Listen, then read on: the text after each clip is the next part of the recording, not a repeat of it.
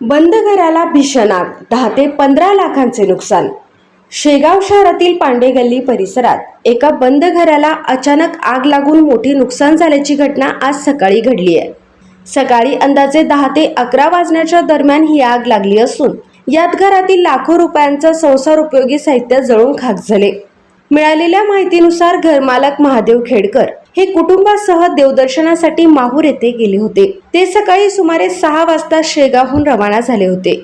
दरम्यान जवळपास 110 किलोमीटर अंतर पार केल्यानंतर त्यांच्या शेजाऱ्यांनी फोन करून घराला आग लागल्याची माहिती दिली। ही बातमी समजताच खेडकर यांनी तातडीने पळतीचा प्रवास सुरू केला।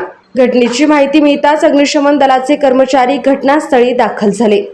तसेच महावितरणच्या कर्मचाऱ्यांनी त्वरित वीज पुरवठा खंडित करून आग पुढे पसरू नये यासाठी प्रयत्न केले। अग्निशमन दलाच्या अथक प्रयत्नांमुळे आग नियंत्रणात आणण्यात यश आले। या आगीत घरातील 2 टीव्ही संच, fridge, washing machine, mixer, gas शेगडी, गाद्या तसेच घरात ठेवलेले दागिने जळून मोठे नुकसान झाले आहे। प्राथमिक अंदाजानुसार सुमारे 10 ते 15 लाख रुपयांचे नुकसान झाल्याचे सांगण्यात येत आहे। विशेष म्हणजे हे घर नुकतेच बांधण्यात आले होते आणि त्यामध्ये अद्याप पूर्ण व्यवस्थाही करण्यात आलेली नव्हती। या घटनेमुळे परिसरात हळहळ व्यक्त होत आहे।